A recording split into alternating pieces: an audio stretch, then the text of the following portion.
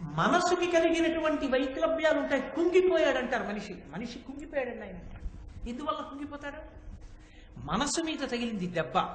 ఎవడో మోసం చేశాడు, ఎవడో అనలాని మాట అన్నాడు, ఎవడో అగౌరవం చేశాడు, ఎవడో అధిక్షేపించాడు, ఎవడో అవమానించాడు, కుంగిపోయాడు. చాలా బాధపడిపోతున్నాడు. వెళ్ళి మాట్లాడాడు. ఏమిటోయ్, నీకొక్కడికే అవమానం జరిగినట్టు బెంగ పెట్టుకుంటావు ఏమిటోయ్? లోకంలో అవమానమును పొందని వాడెవరైనా ఉన్నాడా?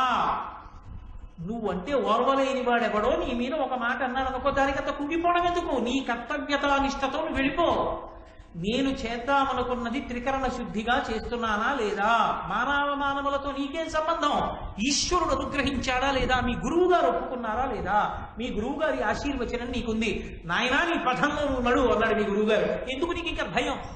ఏటయా అక్కర్లేని వాటికి అన్నిటికీ ఇలా నువ్వు అందరి మాటలు లెక్క పెట్టుకుంటూ పోతే అందరి మాటలకి ఎన్నిసార్లు చదివిన పడిపోతావు. ఎందుకు మనకి వస్తాయి ఇంకా నువ్వు లే అన్నాడు.